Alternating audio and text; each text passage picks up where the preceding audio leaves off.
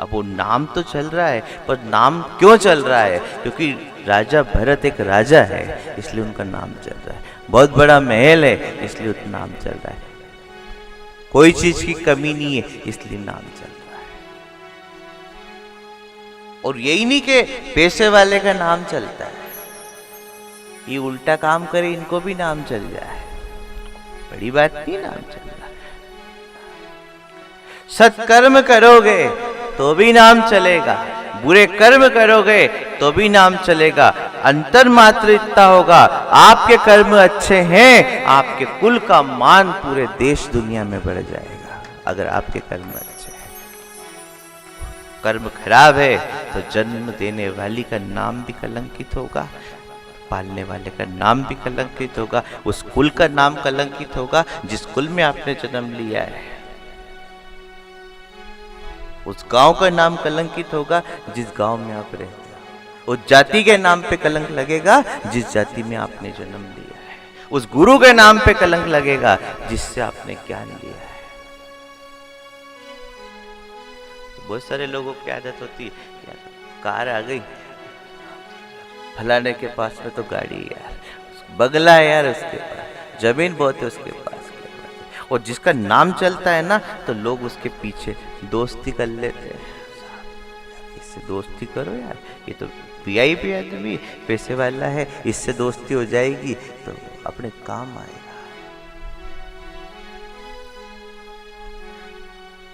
धनवान अगर कोई आयोजन करता है, कारों की लाइन लग जाती है। पैसे वाले अगर कोई आयोजन करते नी बुलाई भी चले जाते हैं। लेकिन बेचारा गरीब, जिसका घर अच्छा नहीं होता है, जिसके घर में खाने का नहीं होता है, जब वो कोई आयोजन करता है तो समझदार लोग उसके घर नहीं जाते। यार ये तो गरीब है, भोजन करने जाएंगे तो क्या खिलाएगा, ये तो गरीब है, इसके घर जाएंगे भी तो कौन पूछेगा अपने को। एक बार धनवान के घर मत जाना, लेकिन जो गरीब है उसके घर जरूर जाना, क्योंकि पैसे वाला भोजन तो अच्छा कराएगा लेकिन भाव और प्रेम उसके अंदर नहीं होंगे, और गरीब के घर का भोजन हल्का होगा लेकिन भाव और प्रेम बहुत रहेगा।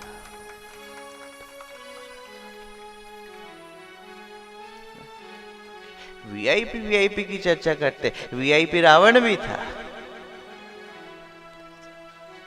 सोने की लंका थी, स्तुति करता तो महादेव को भी आना पड़ता। बताओ उससे बड़ा कोई वीआईपी? एक काम, एक ही काम, एक ही काम उल्टो कर दियो बस।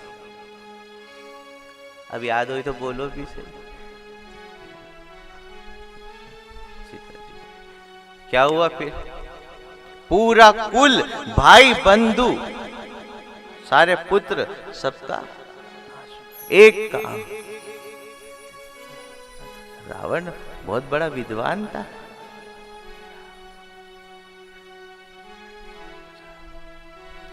राम जी के पास दुनिया की चीज थी, लेकिन जीवन साधारण जिया, मान मर्यादा का पालन किया, वो सबके सुख को अपना सुख माना, वो सबके दुख को अपना दुख माना। तो आज भी भगवान राम की पूजा हर गांव में होती है, और रावण का कोई नाम लेना पसंद नहीं करता है, बस उस एक काम की वजह से। अगर वो एक काम नहीं करता तो रावण से श्रेष्ठ एक गलती, और गलती किससे होती है? जिसका समर्थ गुरु नहीं होता है, वो हर घड़ी, हर दिन, हर पल गलती करता है, और जिसका गुरु समर्थ होता है वो गलती में भी सुधार कर लेता है। ये मत देखो कि मेरी स्थिति खराब है, ये बस सोचो मेरे साथ कोई नहीं है, आपके साथ स्वयं परमात्मा है। हर इंसान के साथ भगवान है। कभी ये मत मानो परिवार मेरा साथ नहीं देता, भाई बंधु मेरा साथ नहीं देते, मेरे पास में धन नहीं है, मेरे पास दौलत नहीं है, मेरा समय बुरा आ गया, मेरा क्या होगा। आप इस बात का चिंतन मत करो, आप बस एक ही बात का मंथन करो, मेरे साथ मेरे गोविंद है। और जिसके साथ गोविंद हो उसको ना परिवार की चिंता करनी चाहिए, ना पड़ोसी की चिंता करनी चाहिए। गुरु कृपा जिसके साथ।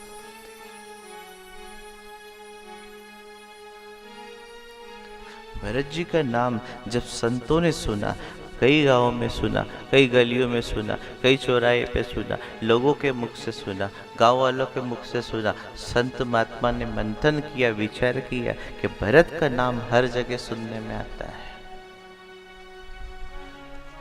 जिसका नाम इतना चल रहा है उससे मिलना तो पड़ेगा। आजकल के लोग तो कथाओं में भी जाते हैं तो फोटो देखते हैं, गुरु जी कौन से आ रहे हैं, अरे देखवा में तो दम नहीं है, कथा में कहीं दम होंगे। जाते हो ना आप कथा में जाते हो, पहले ये पूछते हो ना गुरुजी कौन से,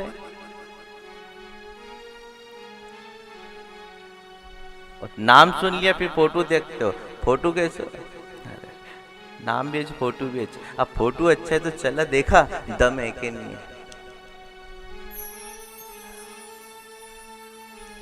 गुरुजी कोई भी हो, नाम कुछ भी हो, जात ना पूछो साधु की, पूछ लीजिए ज्ञान।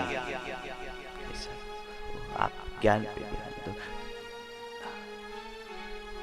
हम कहाँ गए थे, कहाँ बैठे थे, क्या प्रसाद मिली थी, किसने कथा करवाई थी, आप इस बात को भी बस सोचो।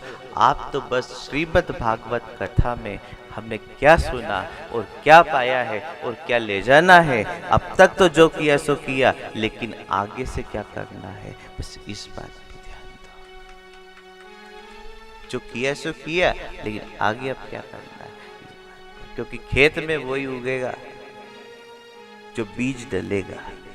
अब बीज अच्छा डालना है आपकी मर्जी, बीज खराब डालना है आपकी मर्जी। बीज अच्छा होगा तो अंत समय तक सर्व सुख पाओगे, और बीज अगर खराब हुआ खुद को भी नुकसान, आने वाली पीढ़ी को भी नुकसान।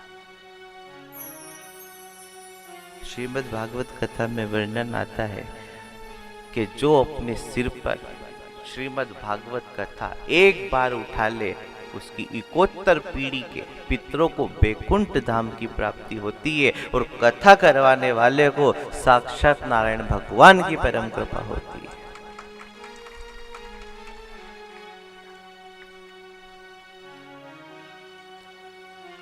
संत महात्मा थे, भरत से मिलना पड़ेगा। नाम चल रहा है, गांव में नाम चल रहा है, अपन इतने भजन करते हैं, अपनी इतनी चर्चा नहीं होती है, राजा भरत की इतनी चर्चा होती है, अब इतनी चर्चा सुनी है तो फिर तो मिलना तो पड़ेगा। चर्चा सुनी तो मिलना तो पड़ेगा। अब अपन गए छोरा का सारे छोरी देखने, जाओ कि नहीं जाओ? पहले जाते थे, आजकल तो छोरो खुद देख ले ब्याह कैसे करना।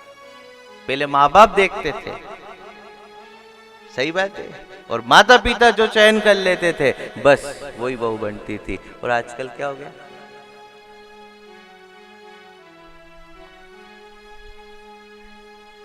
आजकल क्या हो गया, माँ बाप देखे तो मांडो हो कि छोरो खुद पसंद करे तो क्या होता है। और माँ बाप भी इनमें का है, थारे जमे तो कर्जे, थारी जिंदगी को सवाल है। अब ओके जम भी गई, अब बुरी आ भी गई, फिर रोटी नहीं देगी तो फिर शिकायत क्यों करते हो मेरी बहू खराब है? आपने ही तो कहा था थारे जो जमे उसे कर ले।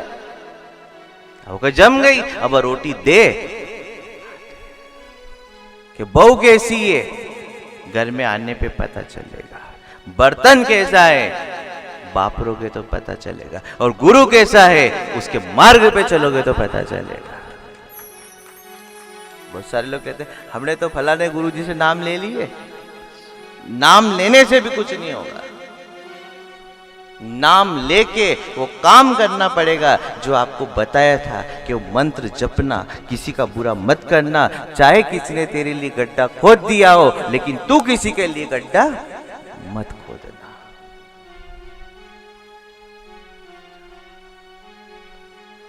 देखो खेत बोओ तो ध्यान रखजो कि इन्हीं खेत में बीज डालिया है, पर जो डालिया भी उगेगा, लेकिन जिंदगी का खेत अपनो है वो में कहाँ का बीज उगेगा। और गलत बुवाई हो गई तो पूरी जिंदगी बिगड़ जाएगी। एक गलती से रावण जैसे का कुल का नाश हो सकता है, तो फिर हम